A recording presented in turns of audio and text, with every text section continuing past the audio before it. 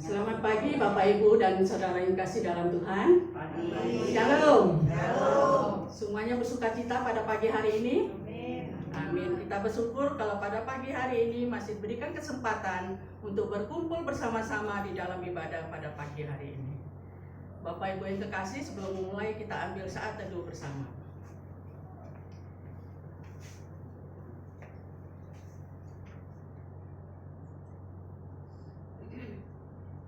Saat teduh selesai. Saya undang Bapak Ibu untuk bangkit berdiri. Kita akan bersama-sama menaikkan pujian dari KPPK nomor 204. Oh Tuhanku, sucikan hatiku.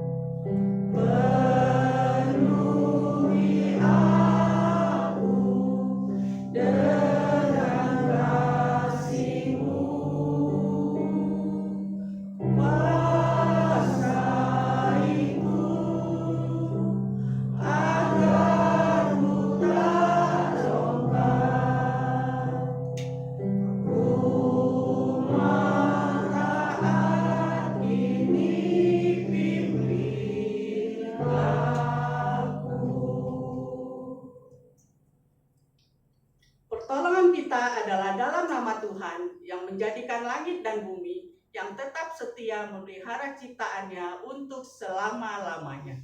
Amin.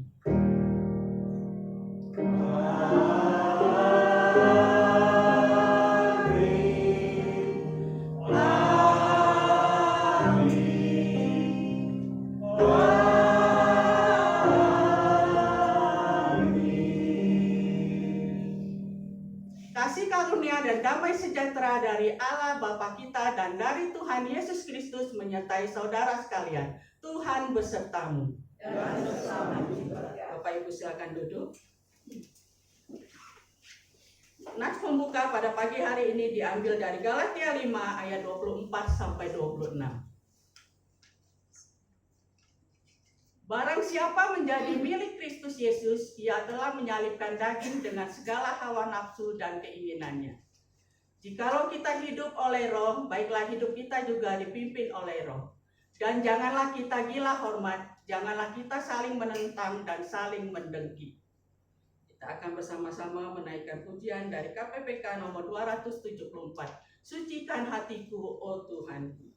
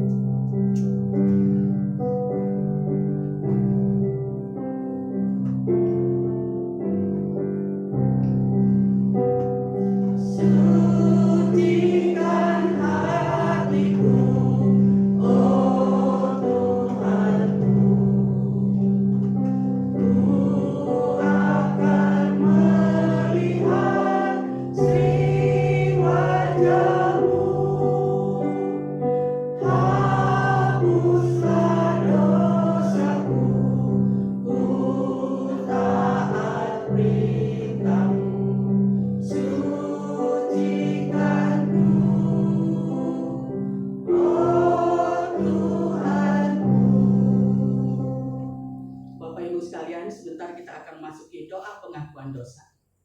Saya beri waktu berapa saat kepada Bapak Ibu untuk kita datang kepada Tuhan, untuk kita mengakui setiap dosa-dosa yang telah kita lakukan, sehingga Tuhan sendiri akan menyucikan kita, menguduskan kita, sehingga kita layak untuk datang bersama-sama pada ibadah pada pagi hari ini.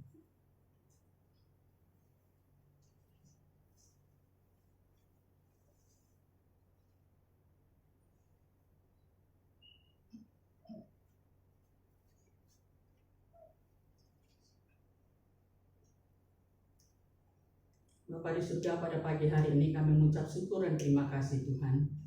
Kalau Engkau masih memberikan kesempatan kepada kami untuk kami datang bersama-sama pada ibadah pada pagi hari ini. Kami bersyukur Tuhan, itu semua bukan karena kehebatan kami. Kami bersyukur Tuhan, itu bukan karena kekuatan kami. Tapi satu hal kami bersyukur, itu semua anugerah yang Engkau masih berikan kepada kami. Bapa di surga, pada pagi hari ini kami datang kepadamu.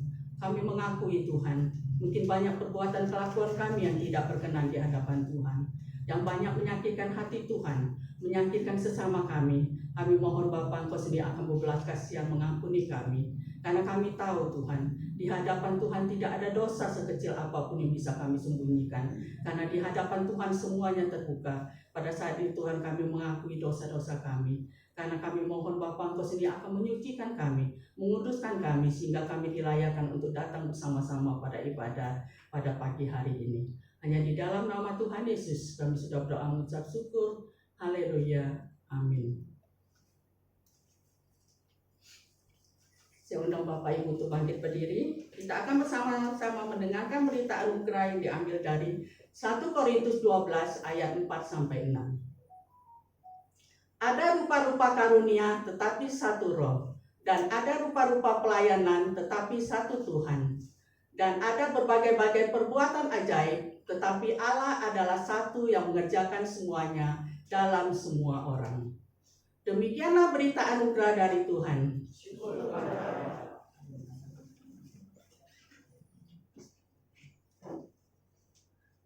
Kita akan bersama-sama menaikkan pujian, Ku percaya pada Yesus.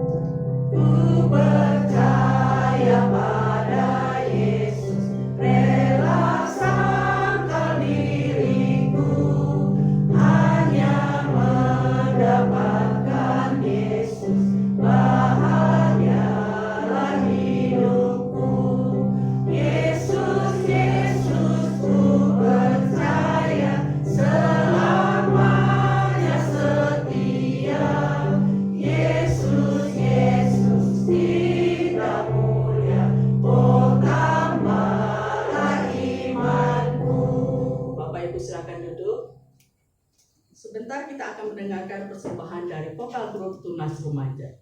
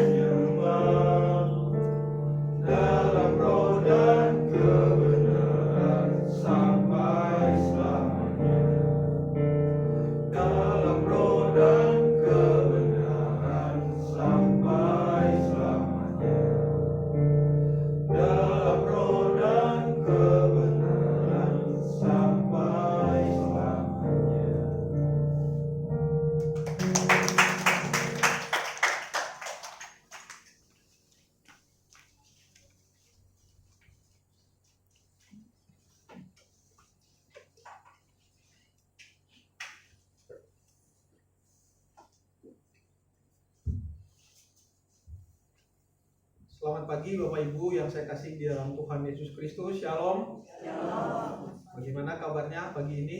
Walaupun Luar biasa ya, walaupun hujan ya, saya nggak tahu di tempat Bapak Ibu dari tadi malam atau dari subuh.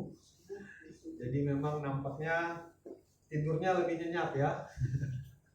Nah, karena kita ibadahnya kedua ini kan harusnya lebih segar ya, karena tidak dipaksa bangun pagi di saat masih enak-enaknya tidur, tapi sudah lebih panjang waktunya ya. Tapi saya lihat tadi sebetulnya kita datang jam 9 sudah siap semua ya untuk ibadah, karena sudah terbiasa kita ibadah jam 9. Oke, mari Bapak Ibu saya ajak kita semua berdoa. Kita mohon pimpinan Tuhan untuk kita boleh merenungkan firman Tuhan. Mari kita berdoa. Tuhan, terima kasih karena kembali Tuhan memberikan kami kesempatan boleh datang beribadah di rumah Tuhan. Boleh memuji nama Tuhan dan boleh bersama-sama merenungkan kebenaran firman Tuhan. Firman yang menuntun hidup kami, firman yang mengarahkan hidup kami, firman yang memberikan kekuatan bagi kami, firman yang memberikan penghiburan bagi kami. Tuhan, biarlah ketika kami bersama-sama merenungkan firman-Mu, Roh Kudus bekerja, menolong kami semua, baik hamba-Mu yang menyampaikan kebenaran firman-Mu, juga kepada jemaat yang mendengarkan. Kami semua boleh diberkati, dikuatkan, dituntun oleh kebenaran firman Tuhan. Dalam nama Tuhan Yesus kami berdoa. Amin. Mari sama-sama kita akan membaca firman Tuhan dari Kisah Para Rasul pasal 6 ayat yang ke-8 sampai dengan ayat yang ke-15. Saya akan baca sampai ayat 15 Bapak Ibu, karena saya lihat satu sekalian dihabiskan ya, satu perikop ini yang berkaitan dengan tuduhan terhadap Stefanus. Kita masih akan merenungkan tentang tema Stefanus, sambungan dari khotbah minggu yang lalu. Saya akan baca buat Bapak Ibu Saudara dari Kisah Para Rasul pasal yang ke-6 ayat yang ke-8 sampai dengan ayat yang ke-15. Demikian firman Tuhan, tuduhan terhadap Stefanus.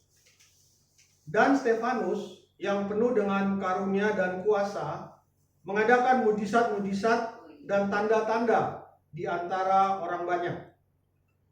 Tetapi tampillah beberapa orang dari jemaat Yahudi yang disebut jemaat orang Libertini. Anggota-anggota jemaat itu adalah orang-orang dari Kirene dan dari Alexandria, bersama dengan beberapa orang Yahudi dari Kilikia dan dari Asia. Orang-orang itu bersoal jawab dengan Stefanus. Tetapi mereka tidak sanggup melawan hikmatnya dan roh yang mendorong dia berbicara.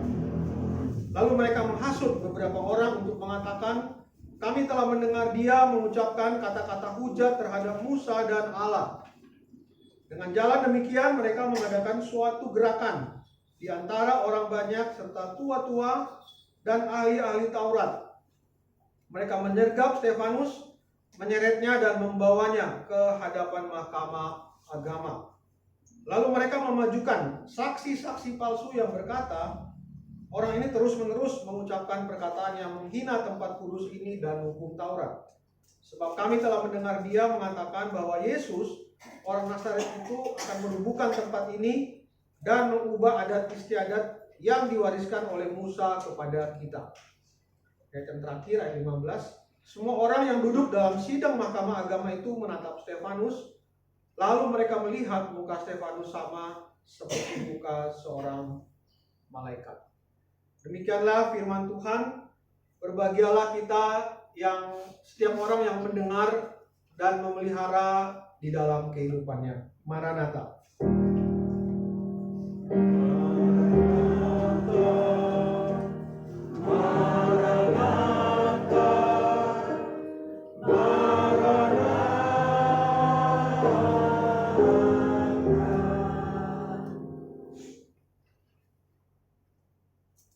Bapak Ibu Saudara yang saya kasih di dalam Tuhan Yesus Kristus, saya percaya kita di sini rindu supaya suatu hari kelak, tapi mungkin kelamaan ya, suatu hari kelak. Mungkin beberapa minggu atau beberapa bulan ke depan, ruangan ini bisa penuh dengan jemaat yang bisa beribadah. Amin Bapak Ibu. Amin. Ya, kalau bisa kursi-kursi kosong ini bisa terisi penuh. Nah, saya ada klip bisa ditunjukkan.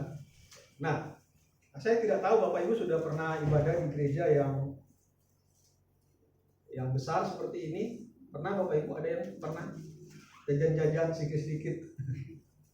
Ya, saya juga pernah ya Bapak Ibu datang ibadah di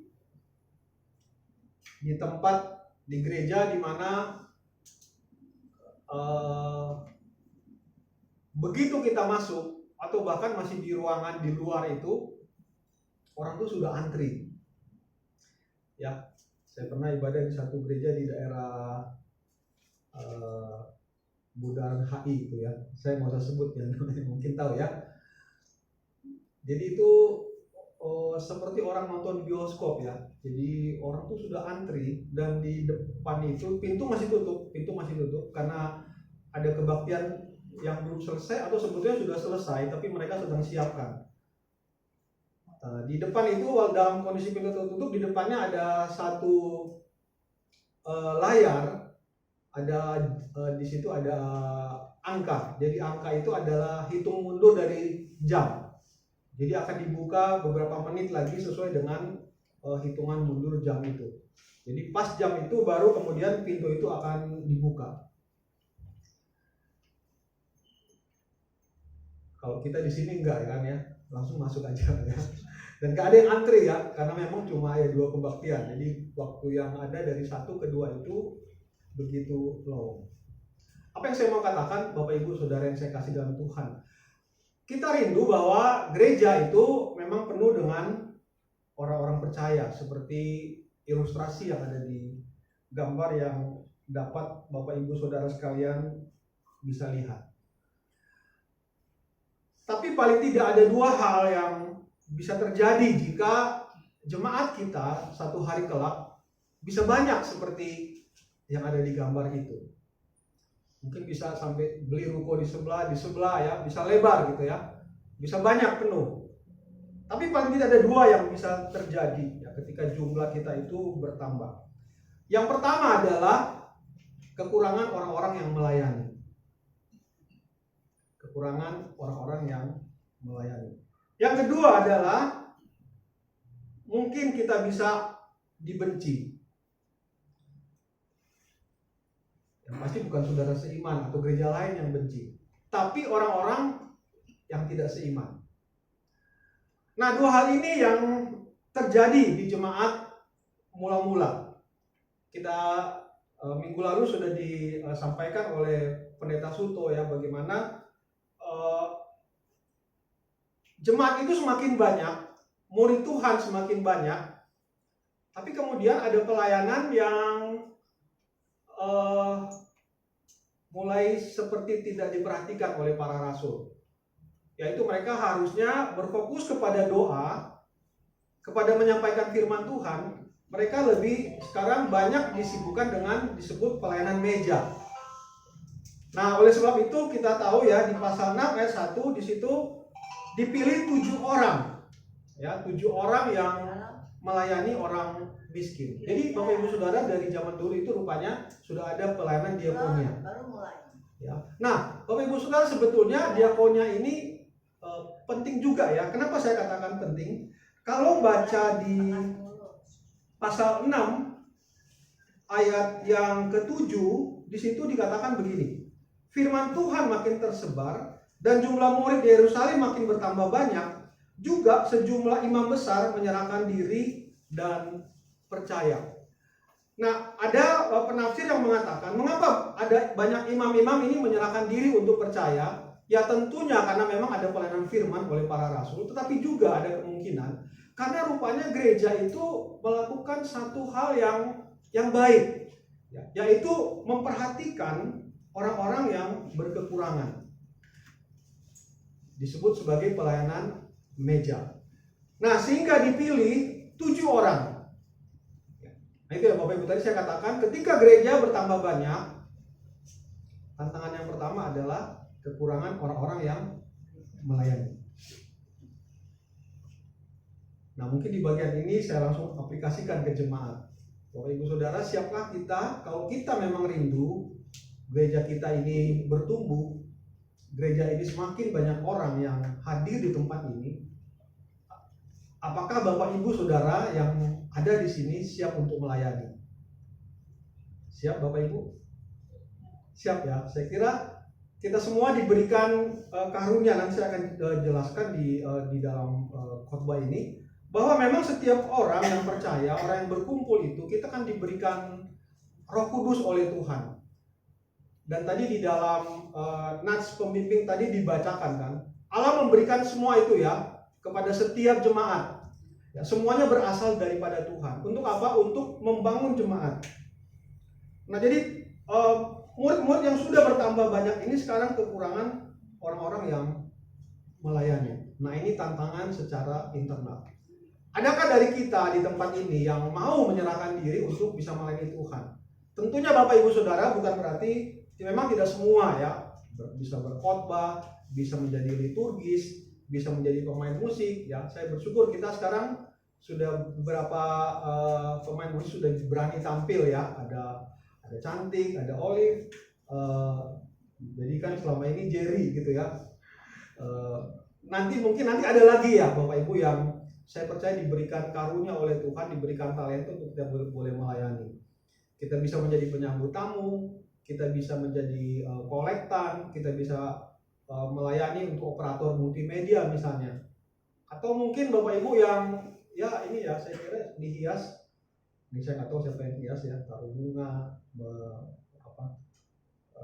menyiapkan pohon Natal ini. Ada banyak yang bisa kita lakukan di gereja ini. Nah, tantangan yang kedua adalah tantangan yang dari luar yang saya sebut tadi, bahwa kita bisa dibenci oleh orang-orang yang belum percaya. Dan inilah yang terjadi kepada Stefanus yang kita mau renungkan pada pagi hari ini.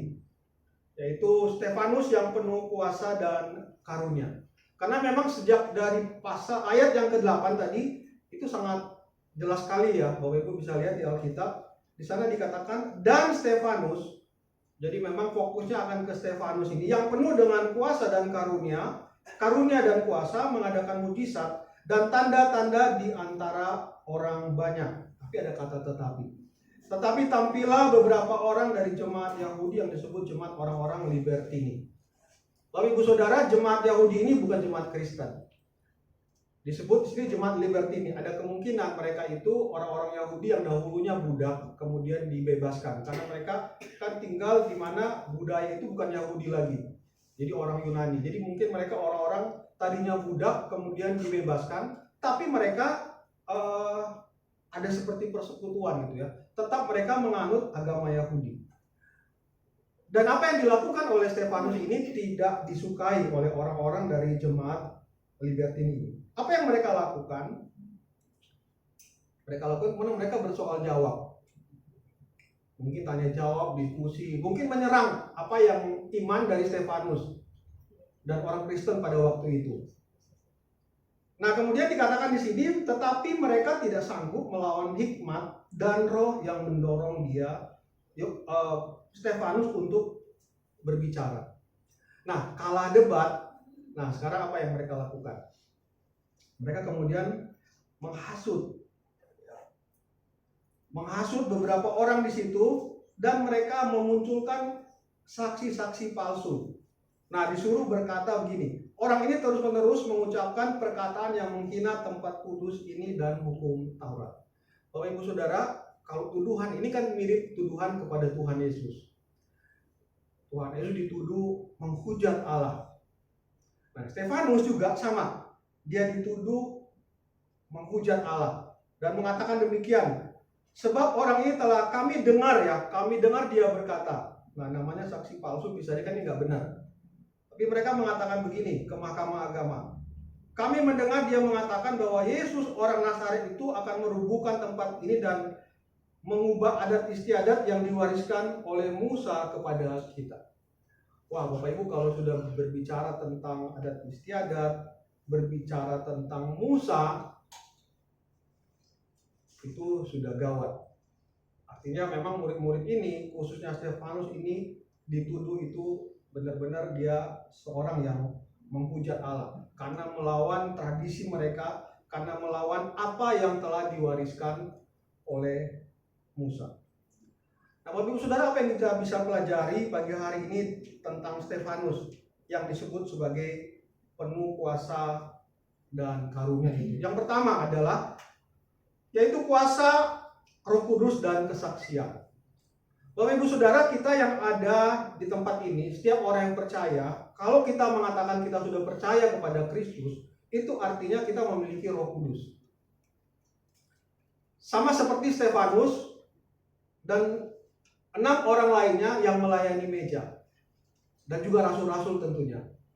Dan menarik Bapak Ibu Saudara ya, kita nggak renungkan hari ini, tapi kalau baca pasal 7, kan Stefanus, Filipus, dan yang lainnya itu yang 7 orang melayani meja, kan mereka bukan rasul. Rasul itu 12 orang. Tapi kemudian kalau baca pasal selanjutnya, justru malah yang berkhotbah itu Stefanus. Ya kan, dia khotbah di mahkamah agama, dia khotbah dari perjanjian lama. Kemudian ketika Stefanus itu sudah dihukum mati, dilempari dengan batu, muncul Filipus. Nah, Filipus itu ada dua Bapak Ibu di perjanjian lama ya. Filipus yang murid Tuhan Yesus, yang rasul, tapi Filipus juga yang 7 orang diaken ini yang dipilih. Dia juga berkhotbah. Bahkan dia menyampaikan firman Tuhan, mengartikan bagian firman Tuhan yang dibaca oleh sida-sida dari Ethiopia itu, dan sida-sida itu bertobat. Jadi lihat Bapak Ibu sekalian bagaimana sebetulnya pekerjaan Roh Kudus itu sungguh luar biasa kepada orang percaya. Tidak hanya dibatasi kepada para rasul, tetapi kepada orang, kepada jemaat yang betul-betul sungguh-sungguh dipakai oleh Tuhan. Bahkan mereka bisa menyampaikan firman Tuhan, bahkan mereka bisa membawa orang kepada Tuhan. Dan dicatat di pasal 8 dari kisah para rasul ini bagaimana Filipus itu juga dia membaptis sida-sida dari Ethiopia. Jadi kuasa Roh Kudus dan kesaksian.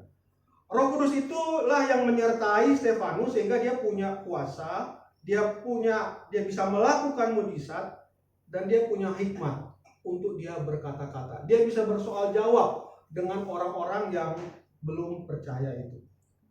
Bapak Ibu Saudara saya kasih di dalam Tuhan, Roh Kudus memberi kita kemampuan untuk bersaksi tentang Tuhan. Saya kira Bapak Ibu Saudara baik kita rajin ikut ibadah, rutin ikut ibadah, dan itu tentunya sangat disarankan, itu sesuatu yang baik. Kita terus diisi, kita terus diajarkan oleh kebenaran firman Tuhan. Tetapi jangan lupa, firman Tuhan yang sudah kita dengarkan, firman Tuhan yang setiap kali doa firman Tuhan kita mintakan dimeteraikan oleh Roh Kudus, maksudnya disimpan di dalam hati, ya, ditempel gitu ya. Meterai itu kan sesuatu yang yang diletakkan ya, ditaruh, yang memang nggak bisa dicabut begitu ya, sah begitu. Tapi tidak hanya berhenti di situ. Roh Kudus itu harus terus bekerja di dalam kehidupan kita,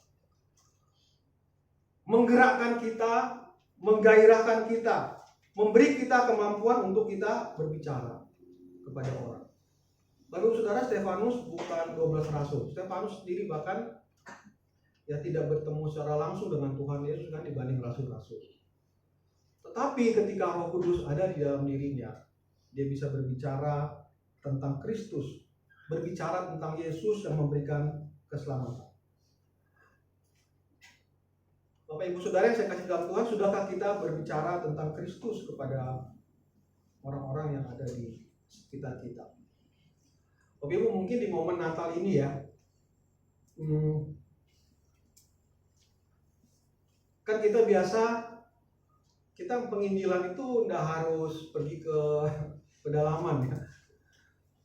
Tentunya banyak keterbatasan secara fisik. Ya, saya aja Bapak Ibu, ini nanti hari Senin saya berangkat lagi ke Kalimantan.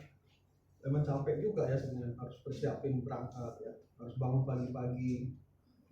Harus melakukan perjalanan 5 jam kami dari kota Pontianak ke tempat yang kami tuju, tempat saya biasa melayani. Biasa di sini kan aku jauh, Bandung aja jauh 2 jam masih kuat ya. Ini 4 jam ya, capek. Kita memang tidak semua ya, kita punya kemampuan untuk fisik seperti itu. Tapi ada yang mudah kan yang bisa kita lakukan sebetulnya. Yang saya percaya juga itu satu pelayanan Tuhan yang bisa kita kerjakan. Dan Roh Kudus juga bisa bekerja. Misalnya, ini kan mau Natal ya. Kita biasa dikirim, biasa orang yang nggak seiman, Bapak Ibu biasa kasih ucapan kan ke kita ya. Ucapannya apa? Selamat Natal. Kecuali dilarang ya. Nggak boleh ngucapin gitu ya. Kan sudah mulai nih, dekat-dekat Desember nih ya. Saya juga heran ya. Dulu saya biasa aja. Saya ada saudara saya yang Muslim. Mereka datang ya, kalau Natal mereka mengucapkan Natal, tapi ada tren yang baru-baru ini sepertinya mulai berkurang kan orang-orang yang mengucapkan Natal, yang nggak seiman. Mungkin itu mengganggu imannya mereka. Nah, tapi kalaupun ada, Bapak Ibu saya percaya masih ada ya yang ingin bersimpati kepada kita, ikut merayakan. Natal. Mereka menyampaikan ucapan Natal. Nah, biasa kita bilang apa? Dibalas nggak kalau kita diucapin Natal? Dibalas nggak Bapak Ibu? Terima kasih gitu ya. Atau kadang-kadang kita nggak balas. Kenapa? Karena kita merasa kita layak diucapin, ya kan? Atau kita saling kebanyakan, apalagi di grup gitu ya. Waduh, itu ucapan Natal. Saya udah siap-siap deh ini ya. Cari satu ucapan Natal yang bagus. Nanti kirim aja ya. Jadi akhirnya ucapan yang baik ini. Bapak Ibu saudara kita ketika mengucapin Natal, kan kita Natal apa sih artinya? Lahir sih memang secara hurufiah. Tapi itu kan kedatangan juru selamat. Kabar baik, sukacita, Injil itu kan dimulai ketika Yesus datang kan ke dalam dunia. Tapi kan jadi satu kata-kata yang kita biasa ucapkan, akhirnya jadi hilang maknanya. Dan kita bahkan ya ketika diucapin Natal, kita merasa bahwa oh saya layak diucapin Natal. Ya karena saya orang Kristen. Walaupun saya nggak tahu ya apa kita memahami apa sih artinya Natal, apa sih artinya Kristus yang lahir itu. Padahal bisa saja kan ya kita bisa balas. Terima kasih ya. Ini kalau dekat mungkin ya Bapak Ibu, kalau ada kan nggak dekat jadi formal jadinya. Kalau dekat kita bisa bilang mungkin kan terima kasih kamu ingat saya merayakan Natal. Saya bersyukur Tuhan Yesus datang ke dalam dunia. Kan biasa kata-kata bahkan orang nggak beriman tuh kata-katanya bagus karena copy paste kan. Ambil di internet kan. Nah kita bisa pakai sih kalau mereka pakai kata-kata itu kan tentang Yesus yang lahir. Oh iya Yesus sudah lahir dalam diri saya sudah memiliki keselamatan di dalam Yesus. Sudahkah kamu juga memilikinya? Kita bisa nginjil kan ya, tanpa harus urain. Cuma nanya doang, apakah kamu juga sudah punya Yesus? Tentunya kalau kita sudah dekat ya kita biasanya berani. Kalau orang yang nggak dekat, formal begitu ya paling kita mengucapin terima kasih. Tapi Ibu Saudara, Natal ini bisa kesempatan kita, Roh Kudus yang sudah melahirbarukan kita, Roh Kudus yang ada di dalam diri kita, Roh Kudus yang sudah meyakinkan kita bahwa Yesus adalah satu-satunya juru selamat. Roh Kudus yang sama juga memberikan kekuatan bagi kita untuk menyaksikan tentang Kristus. Kristus inilah yang disaksikan oleh Stefanus. Roh Kudus menolong dia punya kuasa, dia punya karunia, dia bisa melakukan mujizat. Bapak Ibu Saudara, mujizat itu sebetulnya cuma untuk meneguhkan berita Injil. Ya, tidak semua memang hamba Tuhan itu bisa melakukan mujizat. Dan sebetulnya kan bukan hamba Tuhan yang melakukan mujizat. Yang melakukan mujizat itu adalah Tuhan sendiri. Hamba Tuhan itu hanya dipakai oleh Tuhan. Hal yang kedua, apa yang kita bisa pelajari dari kehidupan yang Stefanus yang penuh dengan kuasa dan karunia itu? Yaitu dia menghadapi kebencian dari dunia ini terhadap berita Injil yang disampaikan. Bapak Ibu Saudara, ayat 11 sampai ayat yang ke-14 itu berbicara kan tentang orang-orang libertini ini yang kemudian menghasut, kemudian mereka memunculkan saksi palsu. Artinya apa? Artinya memang mereka menolak. Yaitu gambaran dari mereka nggak bisa apa-apa lagi mau berdebat secara teologis. Karena Stefanus punya Roh Kudus. Yang mereka lakukan yaitu mereka menunjukkan kebencian mereka. Dan memang Bapak Ibu Saudara, ini serius ya. Karena apa? Karena tuduhan palsu itu, karena diseretnya Stefanus ke Mahkamah Agama, itu bisa berakibat kematian. Dan kita baca sendiri kan ya di pasal 7, walaupun Stefanus bisa menguraikan apa yang dia yakini, dia toh tetap dilempari dengan batu yang berakibat pada kematian. Bapak Ibu Saudara, dunia itu memang membenci murid-murid Tuhan, itu fakta. Bapak Ibu, kita dibenci bukan karena kita angkuh ya, karena kita sombong, karena kita eksklusif, tidak. Ya itu kalau itu dibenci karena itu ya salah kita kan. Tapi memang pada faktanya bisa saja orang percaya itu dibenci, murid-murid Tuhan itu bisa dibenci. Karena sejak zaman dulu kan seperti itu juga yang dialami oleh Stefanus dan orang-orang percaya pada waktu itu. Kalau kemarin kita lihat di TV yang viral itu kan ya, ada orang ibadah,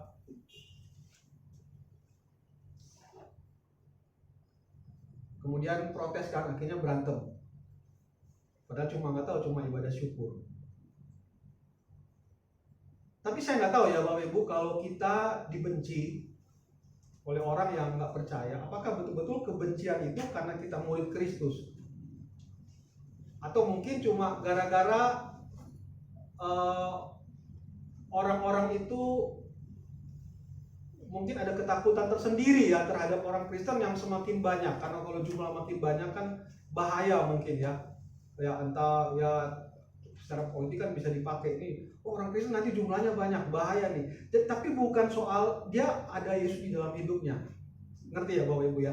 Jadi bisa saja sih orang Kristen dibenci, tapi bukan karena kekristenannya, bukan karena Yesusnya, tapi mungkin karena takut jumlahnya jadi banyak, dan mungkin ya bisa menjadi ancaman secara sosial. Tapi ya kebencian yang muncul di sini adalah mereka benci karena yang benci itu yang manusia berdosa yang tidak menginginkan kebenaran. Bapak Ibu Saudara, Injil adalah kabar baik. Stefanus dan orang-orang percaya, para rasul itu ketika mereka percaya, mereka memberitakan Injil. Nah, Injil itu adalah kabar baik. Nah, kalau kita mendengar kabar seperti ini, Bapak Ibu, misalnya orang yang kita kasih meninggal, atau mengalami sakit yang parah, atau mengalami satu musibah, kecelakaan, kita akan sebut ini kabar apa? Kita akan sebut ini sebagai kabar buruk. Kenapa? Karena hal yang buruk terjadi kepada orang-orang dekat dengan kita. Bapak Ibu Saudara, sebetulnya ada kabar buruk bagi dunia ini, yaitu apa? Roma pasal 3 kan, upah dosa adalah maut. Itu sebetulnya kabar buruk yang sesungguhnya.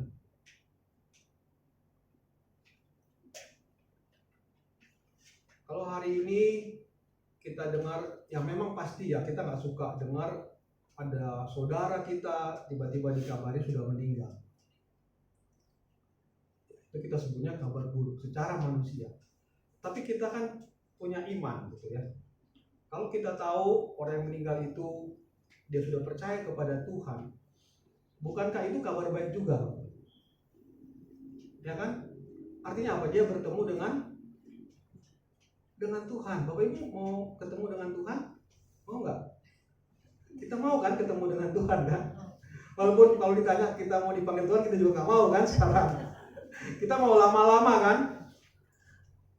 Dan biasanya apa sih kata-kata penghiburan yang suka diucapkan? Yang jadi klise Bapak Ibu biasanya. Jadi hilang makna. Oh, dia sudah apa? Sudah bahagia. Padahal kita sedih kan? Kan orang yang pergi itu sudah bahagia kan dengan Tuhan. Bukankah itu yang kita inginkan? Atau biasa kita akan sebut, wah penderitaannya sudah berakhir. Bapak Ibu, kita mau orang kita kasih menderita terus dengan sakit? Ya pasti ini mungkin, Bapak Ibu ini bukan khotbah kedukaan ya. Ya karena saya baru sedang berduka sih Bapak Ibu. Kemarin tante saya, ya bisa dibilang orang tua saya ya selama di Jakarta. Karena ketika ke Jakarta kami ke rumahnya, dan tante saya ini luar biasa ya Bapak Ibu. Saya cerita sedikit ya. Jadi dia ini ibu rumah tangga. Dia tidak sekolah teologi ya, tapi meninggalnya dia hamba Tuhan. Nanti saya cerita. Jadi Bapak Ibu, dia ini mengalami Tuhan ya secara pribadi. Jadi bagaimana Tuhan itu memelihara keluarganya. Jadi dia suka cerita, jadi kan suaminya pelaut. Ya, Bapak Ibu, ada satu momen di mana akhirnya mereka memutuskan suaminya nggak jadi pelaut lagi. Ya, mungkin Bapak Ibu suka dengar ya cerita jadi pelaut gitu ya.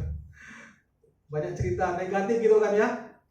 Ya kan, ada lagu orang Manado itu kan, siapa bilang pelaut mata keranjang gitu ya. Maksudnya kenapa? Karena katanya pelaut tuh setiap kali singgah di pelabuhan ya suka ya cari wanita penghibur, karena di pelabuhan itu di setiap negara, karena om saya ini dia kapal yang mengontrak dia itu ke luar negeri ya, ke Belanda sana ke Eropa. Jadi akhirnya mereka putuskan nggak melaut lagi, padahal kan gajinya zaman itu aja yang saya dengar sudah ratusan juta Bapak Ibu, karena sekali pergi itu langsung dibayarkan sama perusahaan itu ratusan juta. Tapi ya itu bisa berbulan-bulan kan, bisa lama, tapi memang duitnya banyak. Dan mungkin tante saya ini mengalami gitu ya, bahwa bagaimana berlimpahnya uang, ya tapi itu terpisah dengan suami jauh. Ini mereka berhenti kan, dan dia ngajarin ya bagaimana dia berdoa. Bahkan ada saat dimana mereka itu sudah nggak punya uang, hanya bisa berdoa, tiba-tiba ada orang ketok pintu bawa beras Bapak Ibu. Jujur Bapak Ibu, yang waktu dia ngajar itu saya nggak percaya.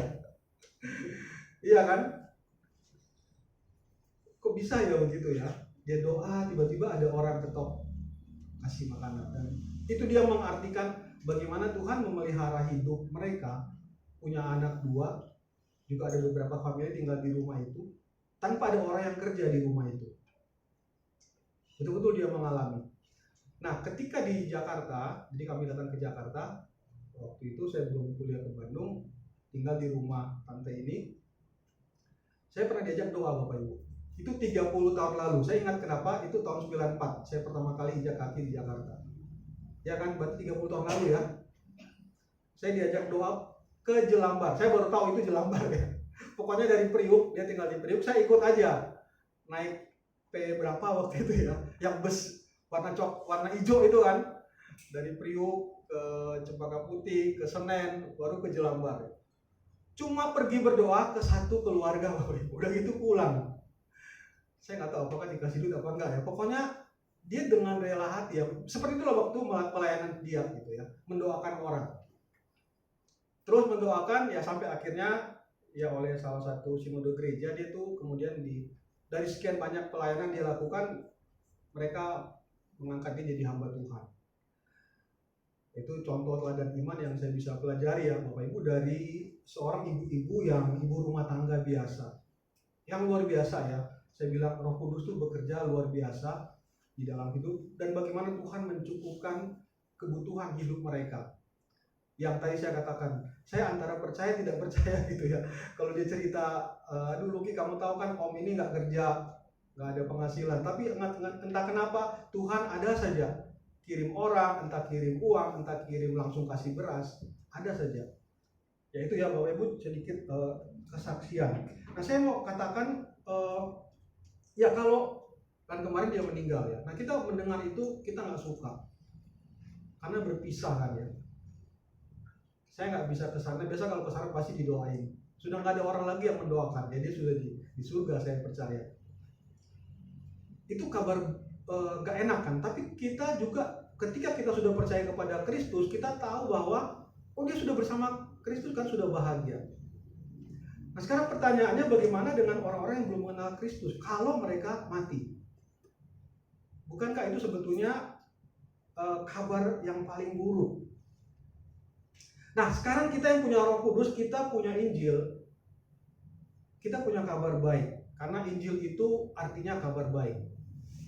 Nah Tuhan mau pakai kita, walaupun memang menghadapi kebencian. Nah hari ini kita tinggal di Indonesia Bapak Ibu Saudara, dan memang kita hidup di tengah-tengah orang-orang yang belum mengenal kebenaran, orang-orang yang belum mengenal Kristus. Nah biasa kita di Natal ini kan kita menyatakan kebaikan hati kita atau kesaksian kita sebagai orang percaya dengan kita kasih sumbangan. Itu sudah biasa kan. Tapi jangan lupa kita juga harus memberitakan Kristus kepada mereka. Yang ketiga, yang terakhir Bapak Ibu sekalian, apa yang kita bisa pelajari dari Stefanus yang penuh kuasa dan karunia ini? Yaitu bagaimana di dalam kehidupannya, di dalam penganiayaan yang dia alami, itu ada kemuliaan. Atau saya sebut kemuliaan di dalam aniaya atau penderitaan. Ayat 15 berkata begini, semua orang yang duduk dalam sidang mahkamah agama itu menatap Stefanus, lalu mereka melihat muka Stefanus sama seperti muka seorang malaikat. Tapi Ibu Saudara, karena waktu ya, kalau kita lihat di Keluaran pasal 34, itu Musa, nanti Bapak Ibu bisa baca ya, pasal 34 Keluaran, Musa sesudah turun dari Gunung Sinai, itu dicatat di situ bahwa mukanya itu bercahaya. Nah Alkitab menggunakan kata ini sebetulnya untuk menunjukkan ya, itu tanda fisik ya. kepada seseorang, tapi sebetulnya itu merupakan suatu tanda dari surga. Bagaimana Tuhan menyertai orang itu. Bagaimana kemuliaan Tuhan ada pada orang yang disertai itu. Dalam hal ini yang kita renungkan hari ini adalah bagaimana Tuhan menyertai Stefanus. Sehingga orang itu bisa melihat. Mukanya dikatakan di sini catat seperti seorang malaikat. Bahkan di pasal 7 sebelum Stefanus meninggal dunia, kan di situ dicatat bahwa Stefanus itu melihat surga itu terbuka. Bapak Ibu, saya kira tidak semua orang ya dapat karunia ini untuk bisa melihat surga itu terbuka. Menyambut jiwanya ya, yang sudah melayani Tuhan. Jadi kita sekarang ini banyak kan Bapak Ibu orang berusaha mentampil glowing gitu kan wajahnya. Stefanus gak usah pakai itu ya. Dicatat oleh penginjil Lukas di sini bahwa orang melihat muka Stefanus sama seperti muka seorang malaikat. Maksudnya apa? Di dalam penderitaan Stefanus, di dalam aniaya yang dialami oleh Stefanus, ada kemuliaan Tuhan yang menyertai dia. Bapak Ibu Saudara, kita orang percaya yang sudah punya Roh Kudus dalam hidup kita. Dan ketika kita melayani Tuhan, saya percaya ada kemuliaan Tuhan yang menyertai kita. Mungkin memang yang orang sampai tidak lihat wajah kita itu punya cahaya. Tapi saya percaya ada penyertaan Tuhan bagi orang-orang yang dipakai oleh Tuhan. Sama seperti Tuhan memakai Stefanus. Biarlah kita menjadi orang-orang percaya yang khususnya di masa Natal ini. Kita sebentar lagi akan merayakan Natal, Bapak Ibu Saudara. Biarlah dari hidup kita yang dipakai oleh Roh Kudus, kabar baik itu boleh disampaikan. Tadi saya katakan, dunia ini, kabar di dunia ini kabar buruk bukan? Maut itu adalah kabar buruk sesungguhnya. Bukan berita kematian, bukan berita kecelakaan, bukan berita terkena penyakit tertentu. Tetapi upah dosa itu adalah maut. Tapi kita punya kabar yang baik yang perlu kita sampaikan. Dan biarlah kita mau rela dipakai oleh Roh Kudus untuk bisa menyampaikan kabar baik itu. Mari kita masuk dalam doa.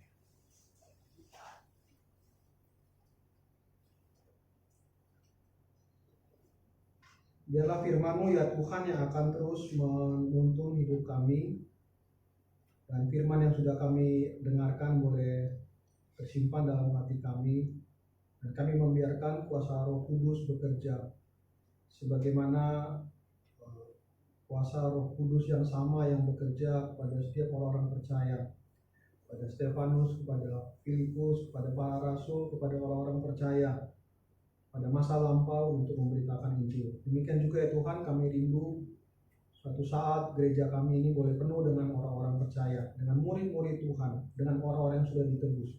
Dan oleh sebabnya Engkau ya Tuhan mau memakai kami untuk menjadi orang-orang yang menyampaikan kasih dan anugerah-Mu, kabar baik kepada orang-orang yang belum percaya. Tuhan, di dalam kesempatan doa syafaat pagi hari ini kami berdoa di dalam setiap pergumulan kami, jemaat di tengah-tengah pergumulan sakit, penyakit. Biarlah ya Tuhan, Engkau terus bekerja. Melalui apa yang kami alami, kami boleh mengerti akan kehendak Tuhan. Untuk apa yang kami alami, kami boleh tahu Tuhan sedang menuntun kami kepada maksud dan rencana Tuhan. Bagi kami yang bergumul dengan masalah pekerjaan, usaha, dan juga bagaimana kami memenuhi kebutuhan kami setiap hari. Kami percaya Tuhan, Engkau Allah yang memenuhi segala kebutuhan kami. Engkau Allah yang mencukupkan segala kebutuhan kami. Kami yang bergumul ya Tuhan untuk masalah keluarga, kami yang bergumul untuk masa depan kami, untuk anak-anak kami yang sedang kuliah, yang juga sedang mencari pekerjaan, biarlah Tuhan sendiri yang akan menuntun, menunjukkan jalan yang terbaik. Terima kasih ya Tuhan, ini doa kami. Kami ingat juga ya Tuhan untuk bangsa dan negara kami berdoa untuk pemerintah kami, Tuhan memberkati mereka dapat menjalankan tugas mereka, tanggung jawab mereka, tidak memikirkan diri sendiri, tetapi memikirkan untuk rakyat yang mereka pimpin. Terima kasih Bapa di surga. Ini doa kami yang kami panjatkan di dalam nama Tuhan kami, Yesus Kristus, yang sudah mengajar kami berdoa. Mari Bapak Ibu kita naikkan doa Bapa kami. Bapa kami yang di surga, dikuduskanlah namamu, datanglah kerajaanmu, jadilah kehendak-Mu di bumi seperti di surga. Berikanlah kami pada hari ini makanan kami yang secukupnya, dan ampuni kami akan kesalahan kami, seperti kami juga mengampuni orang yang bersalah pada kami. Dan janganlah membawa kami ke dalam pencobaan, tapi lepaskanlah kami daripada yang jahat. Engkau yang punya kerajaan, kuasa dan kemuliaan sampai selamanya.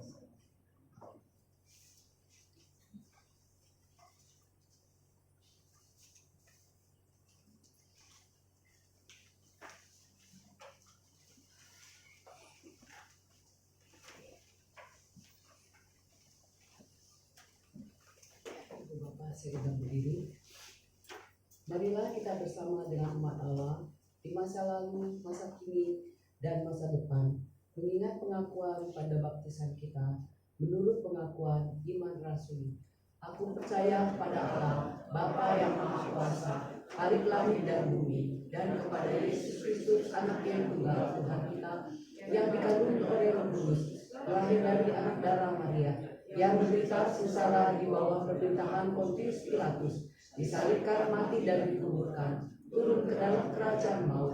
Pada hari yang ketiga, bangkit pula dari antara orang mati, naik ke surga, duduk di sebelah kanan Allah, Bapa yang Maha Kuasa. Dan dari sana Ia akan datang untuk menghakimi orang yang hidup dan yang mati. Aku percaya kepada Roh Kudus, gereja yang kudus dan am, persekutuan orang kudus, kebangkitan orang mati, dan hidup yang kekal. Amin.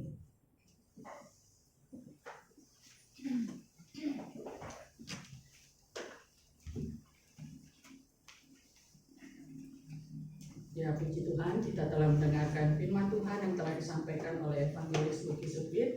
Terima kasih kepada Evangelis Luki Supit. Tuhan Yesus memberkati. Bapak Ibu sekalian, sebentar kita akan memberikan persembahan. Nah, persembahan pada pagi hari ini diambil dari Matius 10 ayat 42. Dan barang siapa memberi air sejuk secangkir saja pun kepada salah seorang yang kecil ini, karena ia muridku. Kita akan bersama-sama menaikkan pujian dari KPPK nomor 344, serahkan yang terbaik padanya.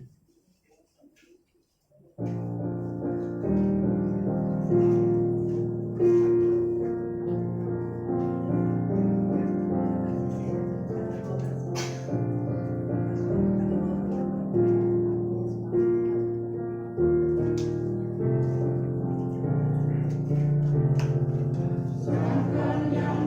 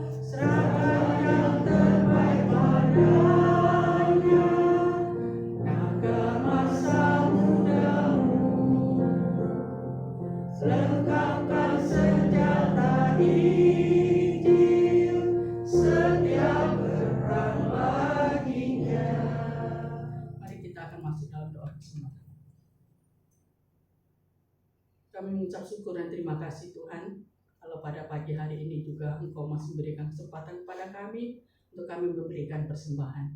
Berkati Tuhan buat tangan-tangan yang telah memberi. Berkati setiap pengurus yang mengelola uang persembahan ini supaya bisa dipakai untuk memperluas pelayanan Tuhan di gereja kami di tempat ini. Hanya di dalam nama Tuhan Yesus kami sudah mengucap syukur. Haleluya. Amin. Kita akan bersama-sama menaikkan pujian KPPK nomor 54. Kini kami akan berpisah.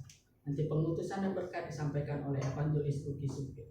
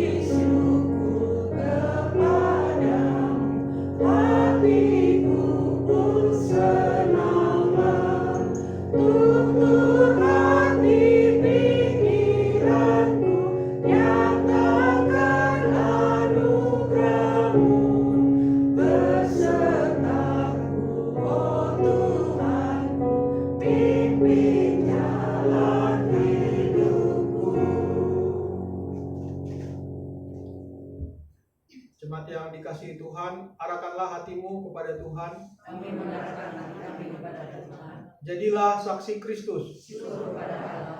Terpujilah Tuhan. Kini dan selama-lamanya. Terimalah berkat Tuhan. Anugerah Tuhan Yesus Kristus dan kasih Allah dan persekutuan Roh Kudus beserta saudara sekalian mulai saat ini sampai selama-lamanya. Amin.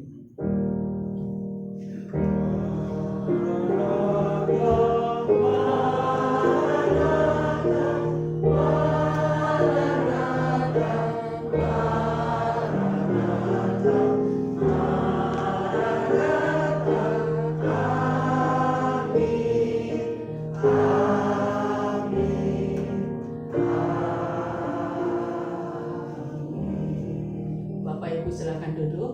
Ibadah kita setelah selesai, kita ambil doa teduh bersama. Tuhan Yesus memberkati.